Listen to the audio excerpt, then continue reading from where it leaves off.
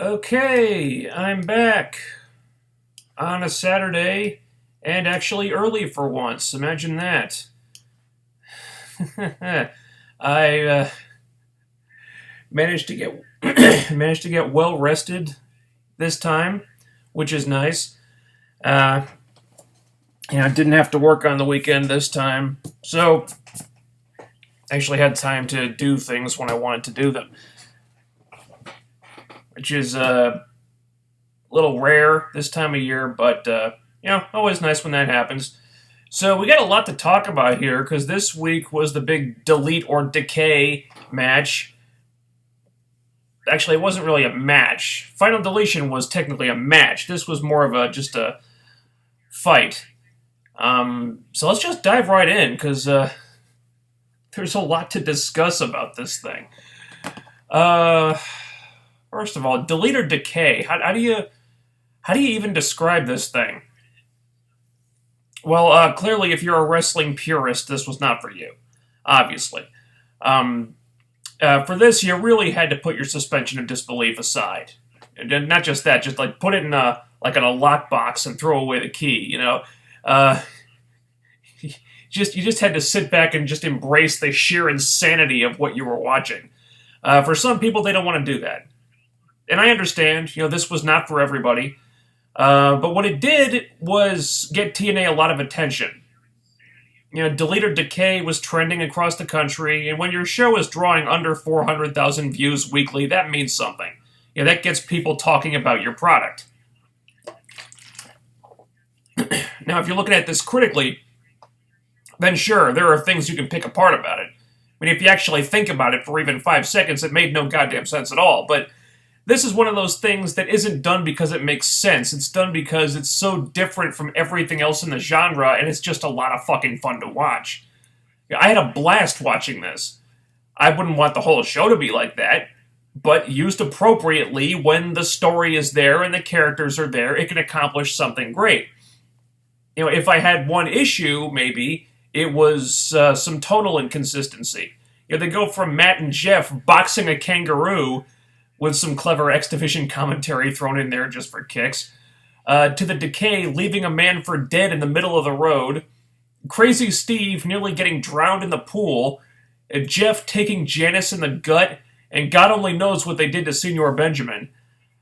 I'm not sure how you get to that when you start with the Hardys boxing a kangaroo.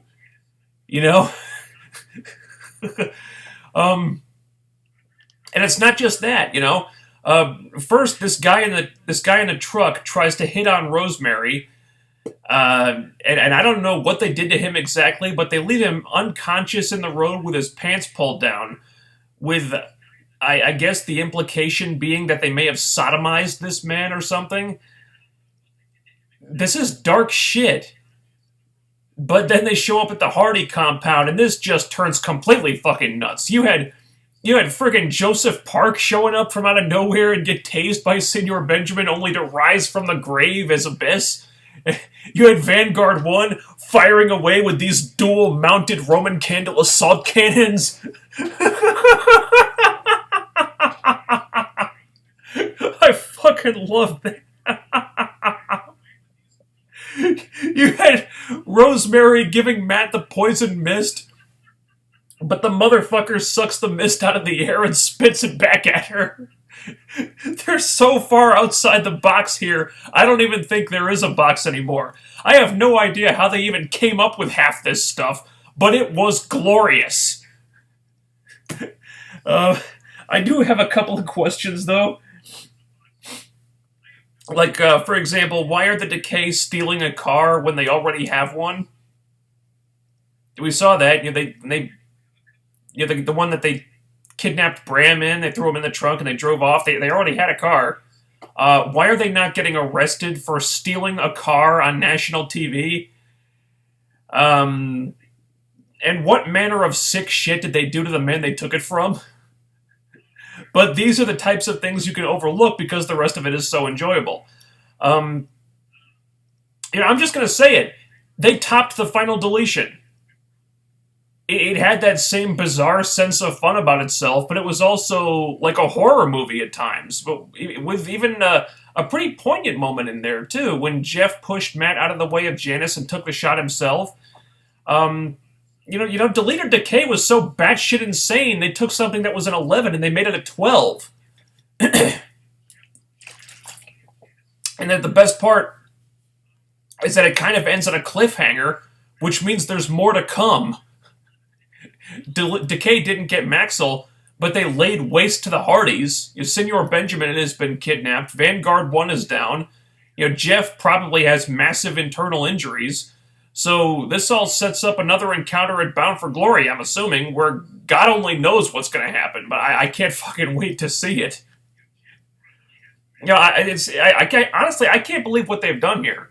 They took a tag team division that was on life support with only one viable team to work with, and they've created a feud that, in a weird way, is the most anticipated thing about Bound for Glory after all this.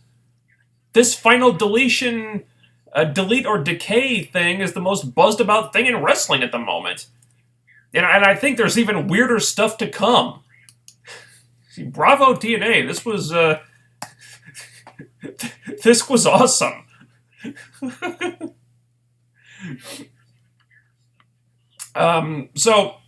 The other big thing this week was the Legends Championship, the championship situation. So it's finally official. The King of the Mountain /TV /Global /Legends title is done. Yes! Finally! That belt was a fucking curse, and may it never defile this company with its presence ever again. In its place, we have the new TNA Grand Championship. I actually really like that name. Though it did get off to an unintentionally funny start where they had JB ask Billy what the announcement was, begging him for some kind of hint and stuff about what he was going to talk about, and then 2 minutes later cutting to a video package where JB narrates the rules of the new championship matches. Somebody fucked up on that one. But apparently, they're doing something really weird with this. The title is going to have its own set of rules where they ape the MMA style of presenting combat sports with 3 rounds and judges and a point system. Not sure how I feel about this just yet, but first impressions are that it feels needlessly complicated. This feels like the every match is a triple threat X Division rule, where they're just overthinking things when they really don't have to, Excuse me. I think there is something to be said for trying to make each division distinct, and maybe have a different style of wrestling for each one. Like the X Division is the high-flying division, and here it's like the MMA hybrid division or something like that. It might add more variety to things, but I'm not crazy about the time restrictions. If each match is just 3 3-minute rounds, then you're basically saying that the matches can never go longer than 9 minutes, and they're getting interrupted every 3 minutes. So that's going to make it really hard to create and maintain any momentum. If you're not going to make the rounds longer, then I would at least make championship matches, make the rounds in the championship matches longer. Like when the title is on the line, make it like 5-minute rounds. So just like, UFC does for a title match is 5 rounds instead of 3 rounds. Something like that. But on a whole, I would like the rounds to be longer. Because if it's just 3-minute rounds every time, that means the matches for this title are going to be short across the board as a general rule. But I think it's too soon to render a verdict on this. It might take a little while for the writers to work the kinks out and for the wrestlers to figure out how to tell a story with this new format, so we'll see. I will say that while Drew Galloway versus Braxton Sutter didn't really excite me, I thought Eli Drake versus Jesse Goddard was nice. It was more exciting. The time limit added a beat-the-clock element to it. In that one, I saw glimpses of what could be done with this format, potentially, and it seemed interesting. I think they need to refine the idea a little bit. I'd like to make the rounds longer, for one thing, but maybe put the timer up on the Dixietron, So, the crowd knows how long the match is, how much time is left in the match, and maybe they can count down with it, stuff like that. But they might have something here. They just need to work on it. And by the way, where the hell is this Jesse Goddard's been? This was not the goofball clown that we're used to seeing in the bromance. This is a serious guy who was doing some moves that I've never seen him do in a match before. And even in that video package before the match, he was talking like he was really serious about what he was doing, and he's saying, "Oh, I was actually captain of my wrestling team in high school." Like, wow, I didn't know that, because we only know him as like the douchebag from the reality from Big Brother, who became the douchebag in this douchebag tag team. And I've always said, when Jesse is serious, he's more like the kind of guy that I can get behind, and he was a serious guy here, and I was really digging it. Jesse Goddard was impressing me in this match. I want to see more of this Jesse Goddard and less of bromance Jesse Goddard. And if you have to get him away from Robbie E in order to do that, then do it. God knows the bromance are going fucking nowhere. And if there was another big thing that happened this week, it was the EC3 Lashley press conference. The interesting thing about this is that they really didn't do anything they couldn't have done with a regular promo segment where two guys just get in the ring and talk. But they presented this like a press conference you'd see at a UFC event almost. And I just thought that was cool. You're taking something familiar, but you're putting a new twist on it. And something else that was cool about this, Bobby fucking Lashley, man. When did this guy become such a good talker? He's talking smack about EC3 and the wussies in the locker room and blah, blah, blah, and he just keeps going and going. And I'm like, did Lashley just out-talk EC3 here? I don't know, but man, Lashley was fucking awesome here. The improvement this guy has made as a performer is downright stunning, and then they have this great fight through the stands that ends with Lashley kicking EC3's ass and you're knocking him down the stairs and stuff. And goddamn, man, at this point, I'm almost dreading the day when Lashley loses the title, because this has been one of the best championship reigns we've seen in this company in years. This segment was fucking dynamite. So moving on to the knockouts. You know what? Color me surprised. Gail Kim was back this week, but the focus, at least for now, was still on Allie, which leads me to think that Allie is going to play some kind of integral role in the Gail versus Maria Knockouts title match of Bound for Glory that has not been officially announced yet, but it might as well be. Pretty short tag match here. I think it was under 5 minutes. I really would like the Knockouts to get more time for their matches now, because this is... I mean, they haven't gotten a lot of time recently, and I don't like that. But it accomplished what it needed to do. The Allie angle is working great. We hear the "We want Allie" chants in the crowd, but Sienna won't tag her in, and Sienna's just being an outright bully to Allie at this point, and it's working. The crowd is totally behind Allie at this point, and yeah, she got pinned here, but it works with the story and the character, because you can kind of blame that on Sienna. And even when Allie tags herself in and tries to get involved, and she accidentally hits Sienna, it kind of works, because you kind of count Allie as a babyface now, so it's not like the heels are screwing up. It counts as a win for the babyfaces, which includes Allie, so it all kind of works. Yeah, she got pinned, and so it's just more like pushing Allie more towards the babyface side.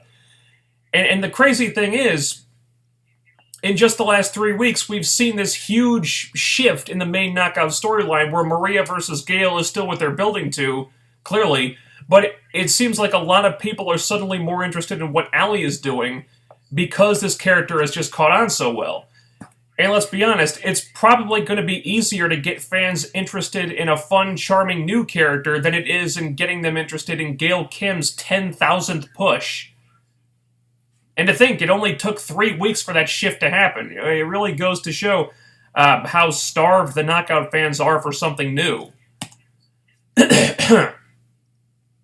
It's saying something when probably the least interesting thing about the show was the Mike Bennett segment. And I don't mean that as a criticism of Mike Bennett or his storyline with Moose, but as pointing out how interesting and noteworthy the rest of this show was. Delete or Decay, the press conference, the new championship, the alley stuff, practically every segment had something really big or important happen in it. And then there's Mike Bennett, who fires Moose, only for Dixie to come out and say that she signed Moose. I thought he was already signed, but okay, whatever. And it's going to be Mike Bennett versus Moose at Bound for Glory. All right, well, we knew that was coming. I still think this angle is way too rushed, but it seems to be working and getting over just fine despite any issue I might have with it, so okay. Though it does make me wonder what the Bound for Glory plan for Mike Bennett was if they hadn't signed Moose. Because this was a very last-minute thing. This was set up over just, a couple of weeks. They just went from 0 to 60 with it, so there must have been something penciled in for Mike Bennett at Bound for Glory prior to this. I'm just wondering what that was. This was a must-see show. A lot of big stuff happened here. And even if Delete or Decay was not for everybody, this, just like Final Deletion did, is getting TNA more attention than they've had so far this year. Go out of your way to see this one. This was an eventful show. Now, I know they were going head-to-head with the NFL season opener on Thursday. Excuse me. So the ratings did go down. But honestly, they didn't go down that much. That's the important thing to remember. I was expecting a much bigger drop, really. But I think the combination of Delete or Decay and everything else gave them a surprising amount of audience retention. And I think we can count that one in the win column. Now, I'm sure they were hoping that ratings would go up, but it's the NFL. Ratings were going to go... The viewership was going to go down no matter what they did. I think the important thing is to remember how much of that audience they retained. Because I guarantee you, WWE is going to take a huge hit on Monday. Or whenever they start going head-to-head with football. I don't watch football, so I don't know when there's football on Monday, and I don't really care. But yeah, last couple of years, WWE's been getting hit hard by the NFL. And yeah, TNA did take Impact. They did take a hit this week, but it wasn't a bad hit, and that's good news. So let's go to your comments.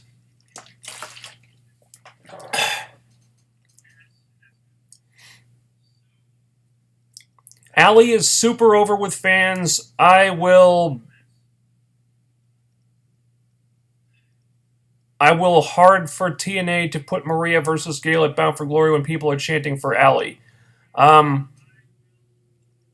I think Allie's going to be there. I think she's going to play some kind of important role in that match, because it would be stupid for them not to have her play an important role in that match at this point. I think it's going to be, Maria wants Allie to interfere, and that'll be the moment when Allie turns on Maria and helps Gail win.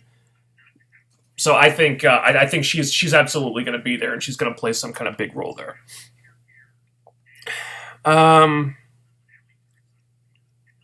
Rosemary has to be the best female performer in wrestling today.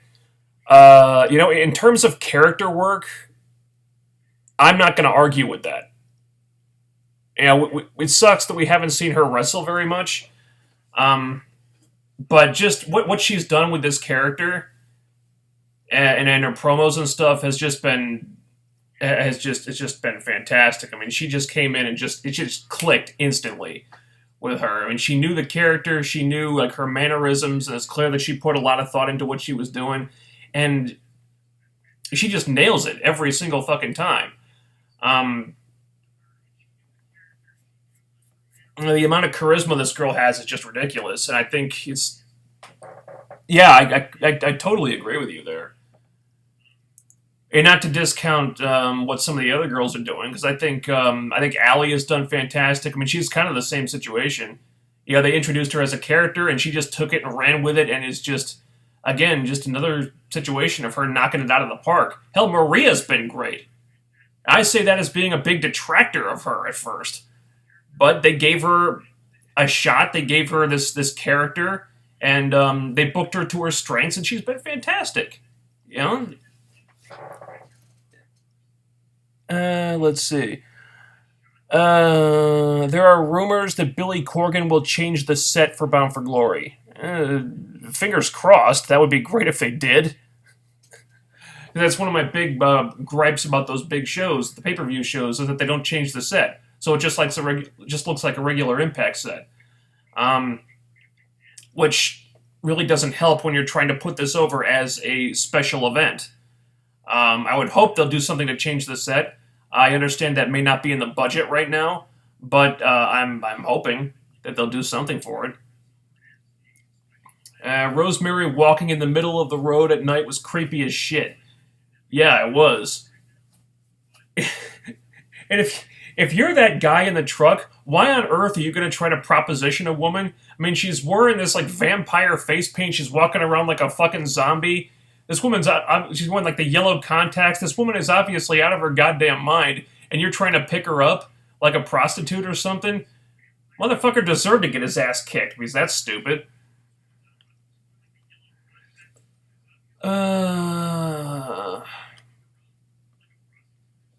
Crazy Steve jumping out of the pool, pulling Brother Nero back under Jason style was sick.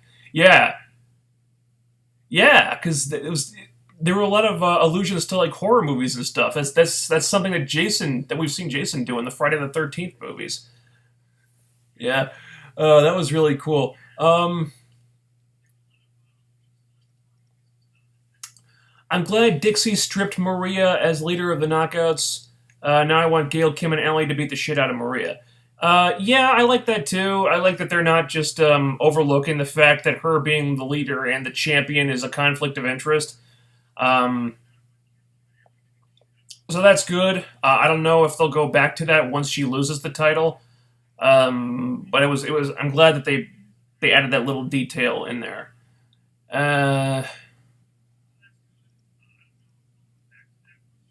We Want Allie chance proves she is probably the most popular face in TNA, period.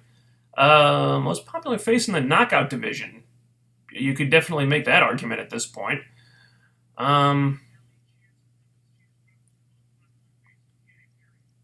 Your thoughts on the design of the WWE Unifuck Universal Championship?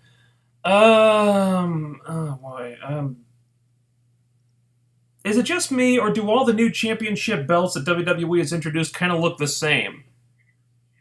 It's like the same basic design, just with a different color scheme, I think. I don't know. I haven't really gotten a good look at all of them. But the Universal title, I don't like it. It seems kind of basic. I think, doesn't it have like the red strap or something? I haven't been paying much attention. But yeah, I don't care for the design. Kind of seems like a lot of people are in that boat, too. Let's see. I like what they're doing with the Grand Championship Tournament. The one downside is that there is someone that goes for that thing in this style of match and can't wrestle, they are going to be outed.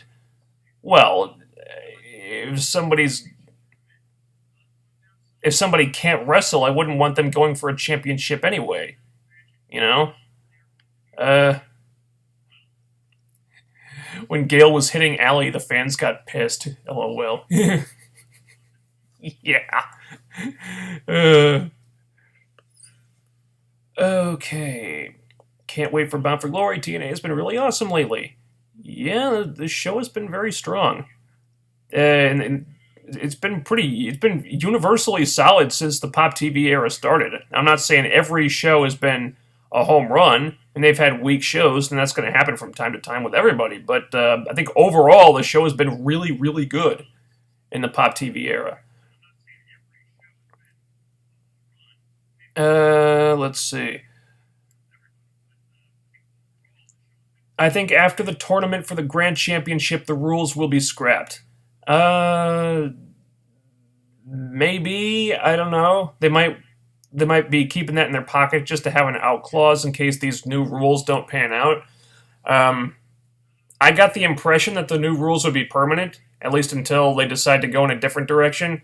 Like that every match is a triple threat rule with the X Division, that got dropped after a couple of months. So, if fans don't like it, I'm sure they'll get rid of it. But, for right now, I think it's just too soon to tell.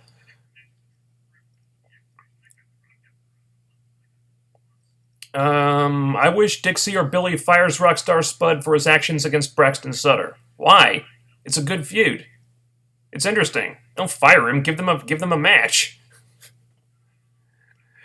I think the feud happened completely by accident, but hey, it's think there's something there, so run with it. I'm all for giving Rockstar Spud more to do. Let's see. I'm loving heel Drew so far. He's been stale lately. Yeah, agreed. I think he's going to be much better as a heel. Let's see. Wade Barrett apparently had some words with Prince Nana. Do you think ROH could use him better than WWE? Marty Scurll and Will Ospreay will be working with them as well. Do I think ROH will use him better? Honestly, no. This is a guy who has shown some degree of aptitude in the entertainment aspect of the business. He's really good with he's good with promos. I thought he was funny with the Bad News Barrett stuff. From what I've seen, the least interesting thing about him is the wrestling. Not that I found him to be a bad wrestler, but I'd rather see him. I'm more interested in him when he's doing promos or the entertainment stuff, and I'm sure ROH is going to just use him primarily as a wrestler, and the guy seems to be kind of injury prone. So when he has to work that ROH style, that's probably not going to work out so well for him. And I'm afraid that they'll take Wade Barrett and just do with him what they seem to do with everybody, which is take any drop of personality or charisma or star quality and just suck it out until everybody is exactly like everybody else on the roster.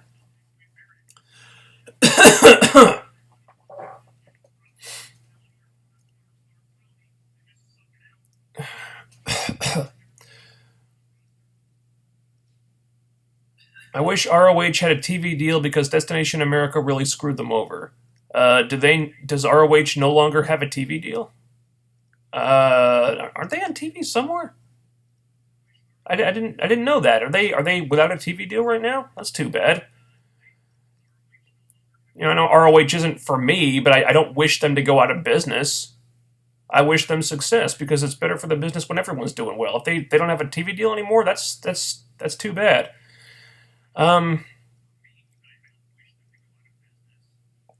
Decay destroyed Vanguard 1, took out Brother Nero, took Senior Benjamin. I think Decay won. We don't know about Vanguard 1. Vanguard 1 is MIA right now, but he'll be back. Damn it. I love Vanguard 1. He's like the pro wrestling.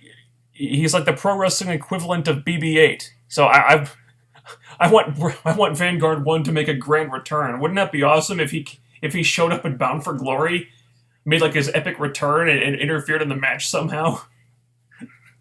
I don't know if Decay won.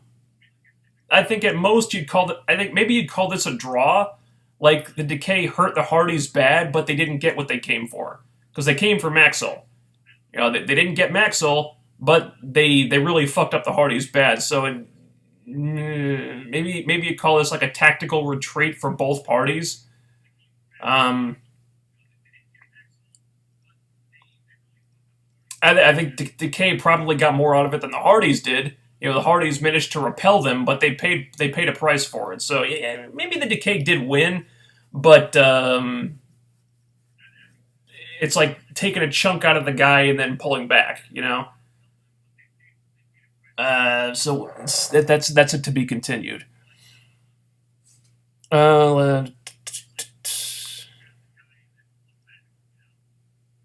Raquel beats Santana Garrett at Shine 37. Yeah, I heard about that. That's surprising. I haven't seen Raquel wrestle recently. I hear she's improving, so that's good. Still wouldn't trust her to wrestle on live TV. What's your thoughts on Bayley and WWE Raw? I think it's too much too soon for me. I say this having not watched a lot of NXT. at all.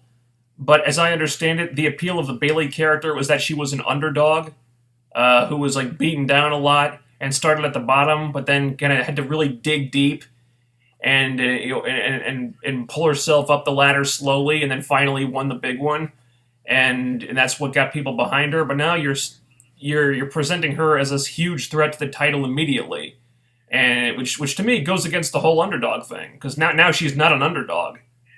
I thought it would be a lot more fitting for her character if they kind of. And I've seen other people say this. I think they said this on ProWrestling.net, but you just kind of reboot the whole underdog thing and start her off as an underdog again. If she's already a threat to Charlotte's title immediately, and she seems to be, then what's the story? You kind of taken an interesting story that worked great the first time and just leaving it on the table. I understand that they needed a baby face, a credible baby face, to go against Charlotte after Sasha got hurt. Of course, it seems like Sasha came back pretty quickly. But I'm not a fan of what they chose to do. Which do you prefer, Avatar, The Last Airbender, or The Legend of Korra? Oh, cool. I've talked about this before. I think both shows are fantastic. Very different from each other. I like that Avatar was like one big giant epic story, and I think if you pushed me, I would prefer that method of storytelling to what they did with Korra, which is kind of tell a self-contained story each season with various subplots and different elements that carry over from one to the next. But overall, I think I prefer Korra just because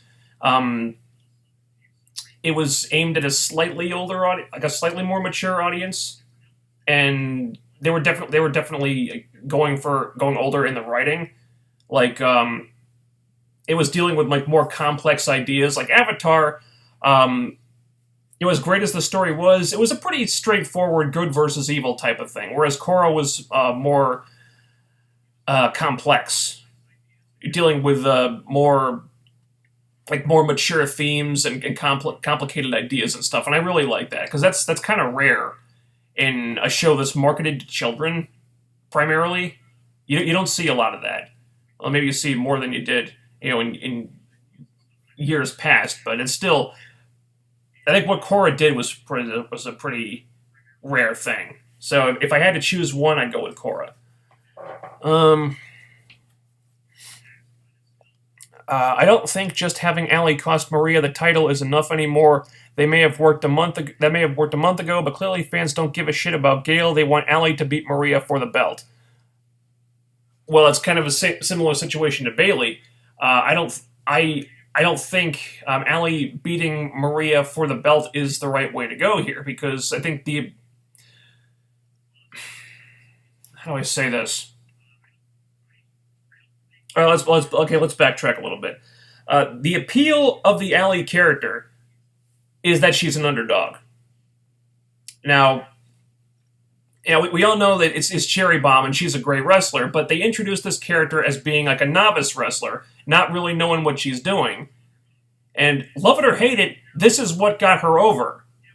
There's a kind of charm in the way that she's played this, in that she's the novice. She doesn't really know how to wrestle exactly, but she's taken that and she's made it work.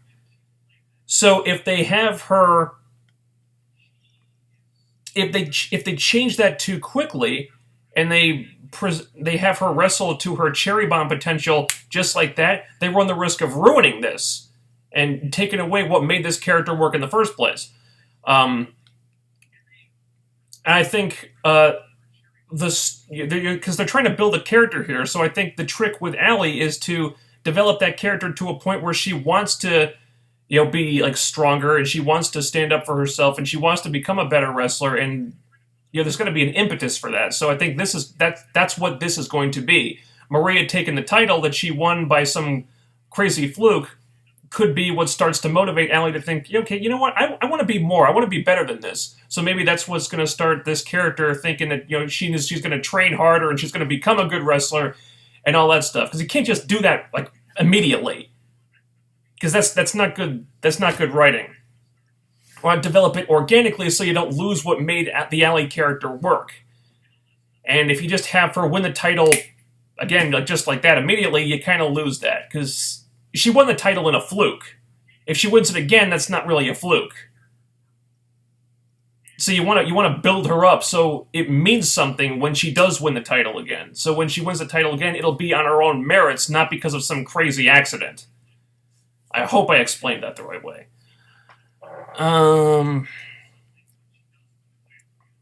Will you watch UFC 203 tonight? Is CM Punk fighting tonight? I'm planning to. Your prediction for CM Punk's UFC debut. Stranger things have happened, but I don't like his chances. I really don't. Hell. Where am I? A lot of fans were on Broken Matt's side, became fans of the Decay. I think that shows how great the Decay are, that they can make fans even out of loyal Hardy fans. Yeah, that's a good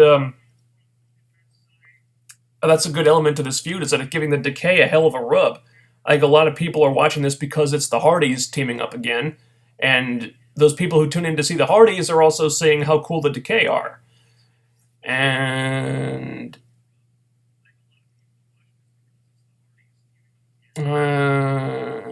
Delete or Decay was really unpredictable and had some legit suspense, a lot of back and forth with the Hardys and Decay. Yeah, that whole segment was really well produced, really well done, well booked. I like that a lot. I think Galloway should be the first Grand Champion. I don't know. I think the whole thing motivating his character right now is that he keeps getting screwed over, and he's pissed off about that. So you could make him the champion, but then he loses that motivation. Or you could maybe make Aaron Rex the champion, which is probably what I would do, and just add more gas to that fire on Drew Galloway to have him get even more pissed off. I think there's more. I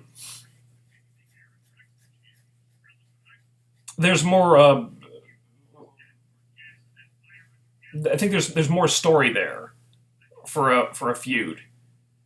Now you could have Galloway win the title from Aaron Rex, which my guess is where they're going with this. But to make Galloway the first champion, might be a little soon for that. I think there's more you can do to piss him off and have him go even more heelish before that happens. Are you going to do a preview show before Bound for Glory? I could preview it in the stream the previous, like the week prior. I think the guys at the Heelcast may do a preview show. They did one for Slammiversary. So you guys, I think they're still working out the new schedule since the move to Thursday kind of screwed them up. But they may very well do a Bound for Glory preview show. I think they were doing like talking about doing like a pre-show type of thing. TNA Dude emailed me about that. I don't know if I'd be able to be in on that because I don't know if I'll be working that night. I don't even know if I'll be able to watch the pay-per-view live because I may be working because I don't always get a lot of notice this time of year when I have to work on weekends. But I think they're talking about doing some type of pre-show thing, so I think they'll preview it on that. So do a search for a TN Asylum Heelcast and just subscribe to those guys because they have a good show and they ought to be getting more views on here. And I've made several appearances on the show, and those guys are buddies of mine. And just go listen to the show; it's really good. Let's see.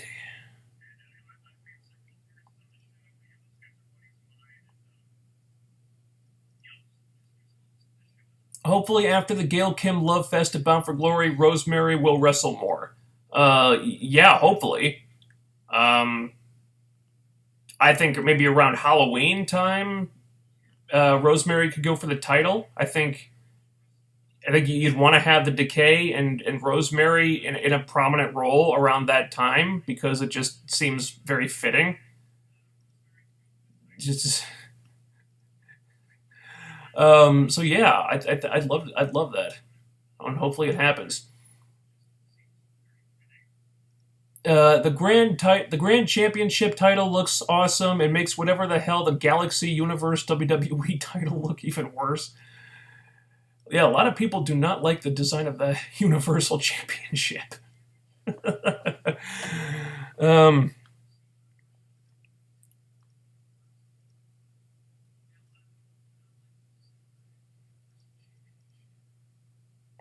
Billy taking over is a good thing. No disrespect to Dixie, but she was too nice to people, even if she had to make a decision for the company. Yeah, I think most people. I think the general consensus is that this is a good move with Billy Corgan taking over day-to-day operations. Um, as I understand it, Dixie's duties as the chairman will be to focus on international expansion. And if there's one thing TNA doesn't seem to have a problem with, and one aspect of business where they really excel at, it's international expansion. And Dixie tends to get a lion's share of the credit for that. So she's going to be focusing more on that. I think that's good. Having somebody else handle the day-to-day stuff is also a good move because that's one of the aspects of the business where TNA tends to get criticized a lot. Maybe Dixie has just been burning candles at both ends for too long, and she couldn't really. And this is one aspect of the business where she doesn't really excel. So to have somebody else handling that stuff, I think, is going to be good for everybody. And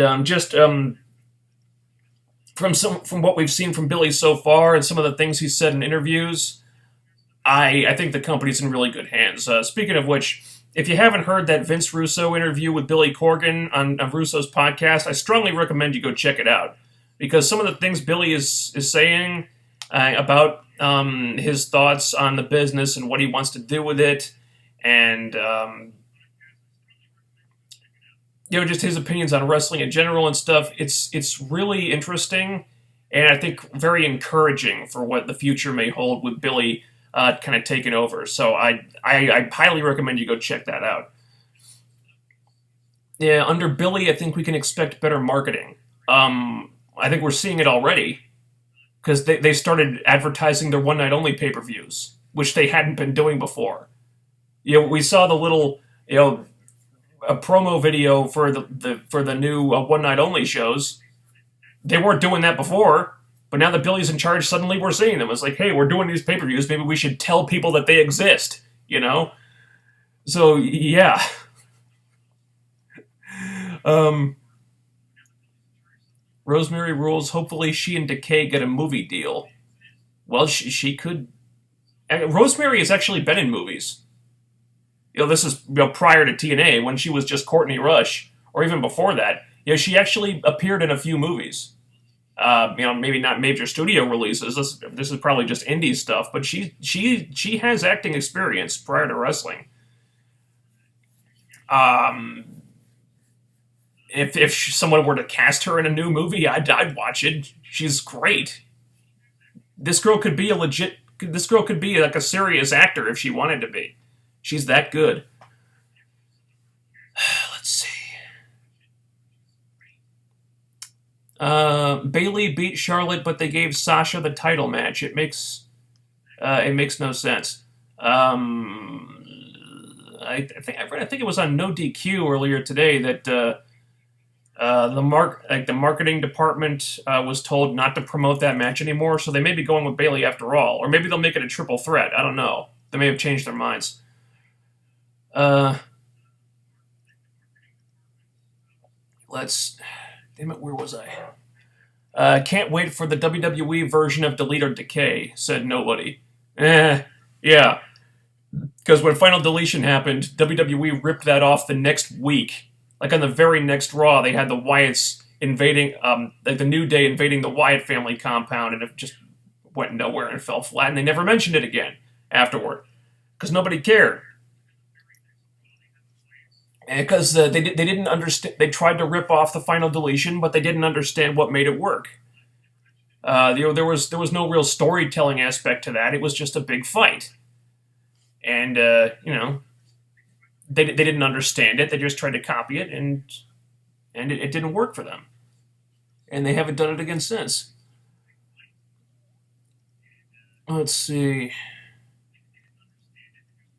The Rising should reunite with heel Galloway and go for the tag titles. Heel Galloway and heel Eli Drake, that might be worth pursuing, actually, if they needed a new tag team. I would not say no to that.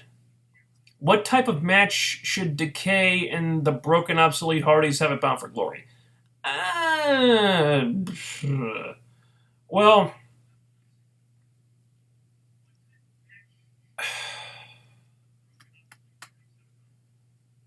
I don't know just yet. I think I want them to have, a more.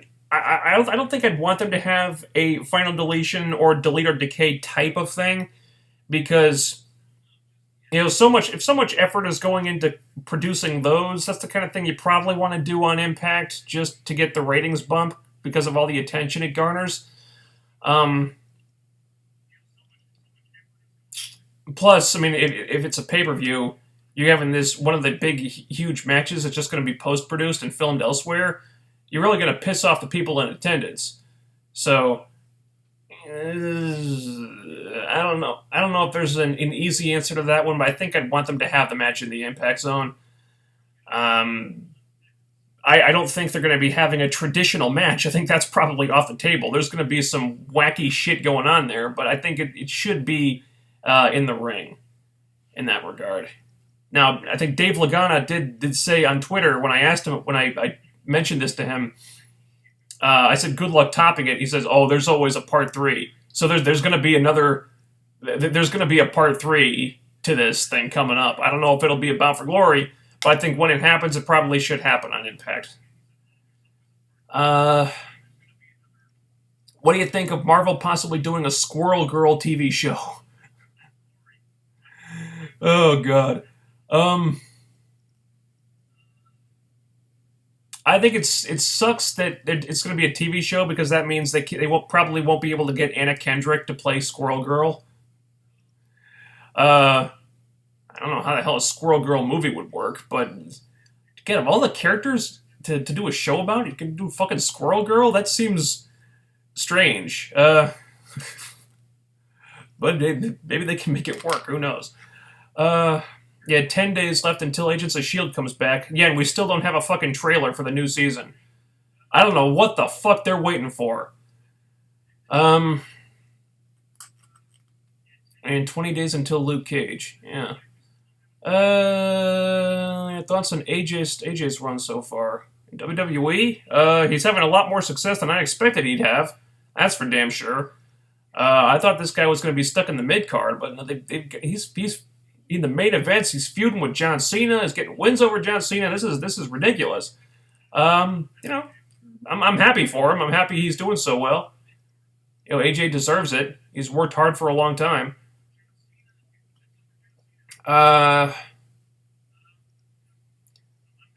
With them filming most of the shows for the rest of the year after Bound for Glory during the first week of October, how can Davey return then? Well, he can't. That's the thing. He said he'd be ready to go in November. But if they're filming so many shows before then, that means we won't see Davey's return until probably next year. And that sucks. But, there's a reason they tape TV like this. It's to save money. Which means this Decay Hardy's feud will need to be really long. Yeah. It will. And I'm down for that. After Delete or Decay, if they want to draw this thing out for a while, that's totally fine with me.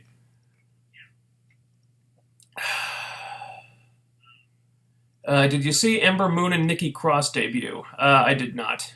I will try to check it out at some point. I think they usually upload those matches on Diva Dirt, so I'll check those out, because I love Nikki Storm, which is one of my favorites, and I really hope WWE don't ruin her. Are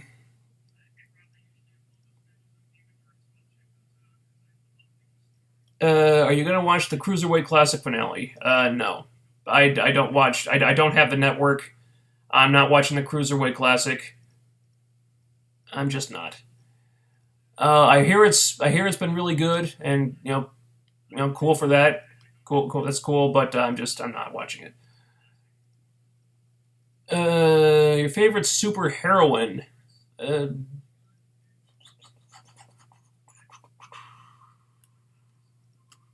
Probably Emma Frost. Um,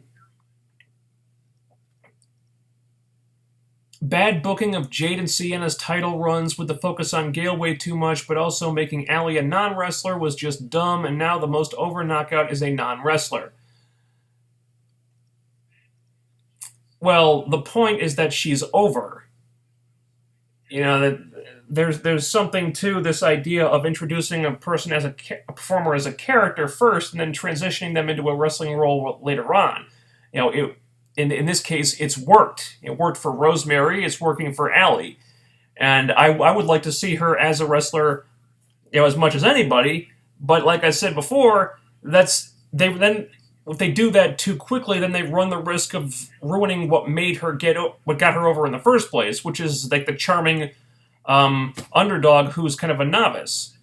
There's a way to develop that into her being a wrestler, but you have to do it very carefully. Let's see.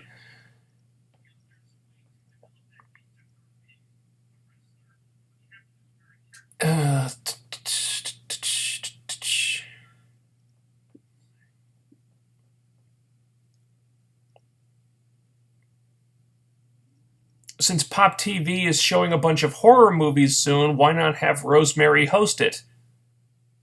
Have all the Decay host it. That's a great idea.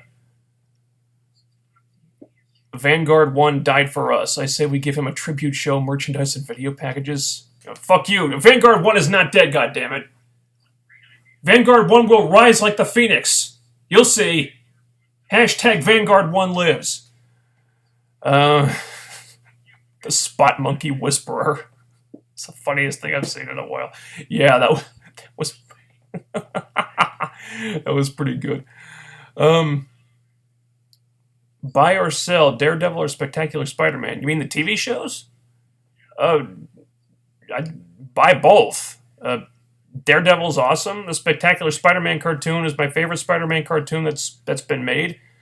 I still get... It still annoys me that they canceled it to introduce that new Ultimate Spider-Man cartoon, which is not even in the same ballpark.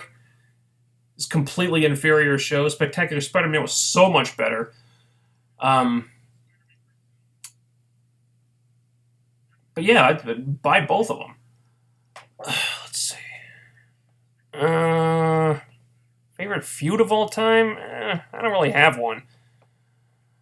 I don't think I could pick just one. I mean, there's...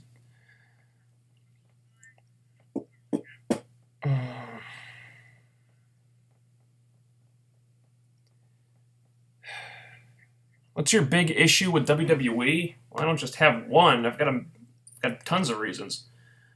There's always been a certain amount of arrogance about the product. For one thing, they always have those. They often have those graphics after like when they come back from commercial breaks. So like last week, Raw was the #1 rated show on free cable or whatever. And it's like, is this necessary? You're just patting yourself on the back all the time. You're doing this just to brag about how well you're doing and how much great your business is. TNA do those types of things from time to time. I think the last time they did it was to thank the fans for making the final deletion a success. So we got one company thanking the fans for something, for making a segment a success, and the other company that's just bragging about how well they're doing. So that rubs me the wrong way when WWE do that. I don't like how WWE promos are so overly scripted and how the dialogue feels so stilted and unnatural.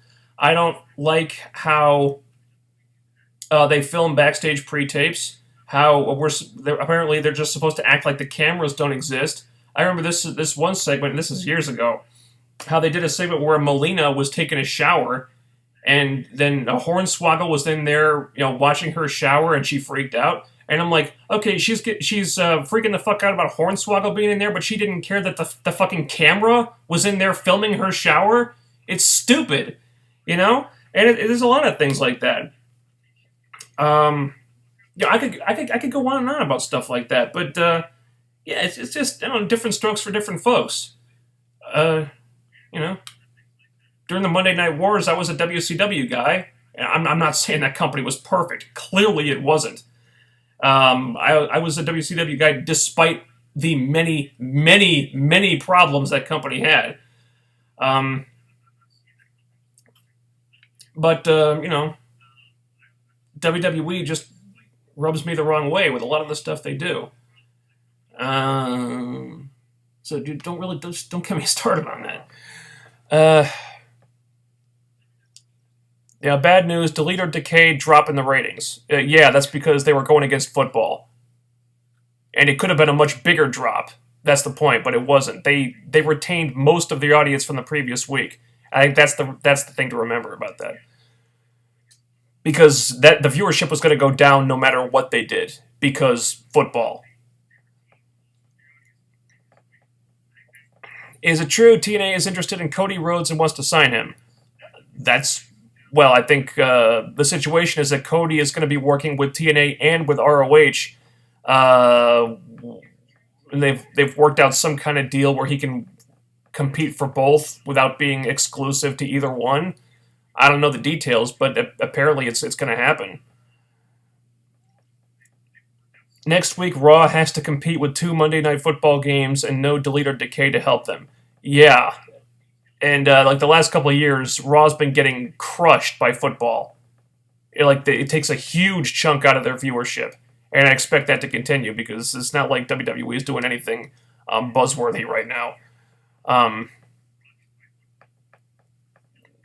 unless you count Kevin Owens being the champion, yeah, which I do like, but I don't think it's going to help them. Do you want to see Paige in TNA? Yeah. If they could make that happen, that'd be great. I think they should jump at the chance to sign her if they can get her. I don't want her boyfriend coming in because clearly that's been a very toxic relationship, and we've seen what it's done to Paige. By all accounts, she was a model employee in WWE until she hooked up with Del Rio, and now all this shit's happened.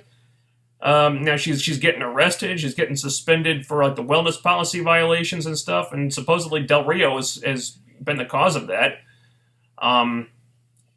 If they could get her without getting Del Rio, fucking awesome. Okay, and I'll answer this last one. I guess that'll be it. Who should Rosemary feud with? Well, I like many of you, I want to see Rosemary and Allie because I think Courtney Rush and Cherry Bomb have the best feud in women's wrestling on the indies. But they can't really do it right now. Because if they're going to do that feud, I want to see it to its full potential. And right now, Allie is still playing... The Allie character is still a novice wrestler. I want to see it when Allie has been developed into a character that can wrestle at her full potential. Once they've done that, then I want to see Rosemary versus Allie. Who should Rosemary feud with? If they wanted to feud her with Gail for the title and have her win the title, that'd be cool. I wouldn't want her to just feud for the title just to get squashed by Gail. That would suck. Yeah. I think that's going to be it, guys. Wow, it's only 2:30. All right. Still have time in the day to do stuff. Okay, cool. Thanks for tuning in. I guess, yeah, the new the new TV season's starting up pretty soon, so I guess the Comic Show post-show is going to be back. I think it'll still be on Thursday nights. Of course, you get Impact from 8 to 10 on Thursdays, so my guess is we'll push Comic Show post-show to 10:15, because I think I can still do it on Thursdays, but I need like a little bit of a grace period between. after Impact ends, so I can get the stream up and running and I get prepared and all that stuff. So I'll probably push it to 10:15 if we keep it on the same nights. Or we could push it to a different night. I'll have to see what works best, and then I'll get back to you on that. So look for updates. Follow me on Twitter. I'm at TheRealFK9. If there's an update, it'll go up on that. But right now, I'm thinking it'll be on the same night, just a few minutes later. So stay tuned for that. Thanks, everybody, for tuning in. Hopefully, I will be back on Saturday next week, unless I have to work. But we'll see. Again, follow me for Twitter for updates, and I will talk to you next time. Over. Out.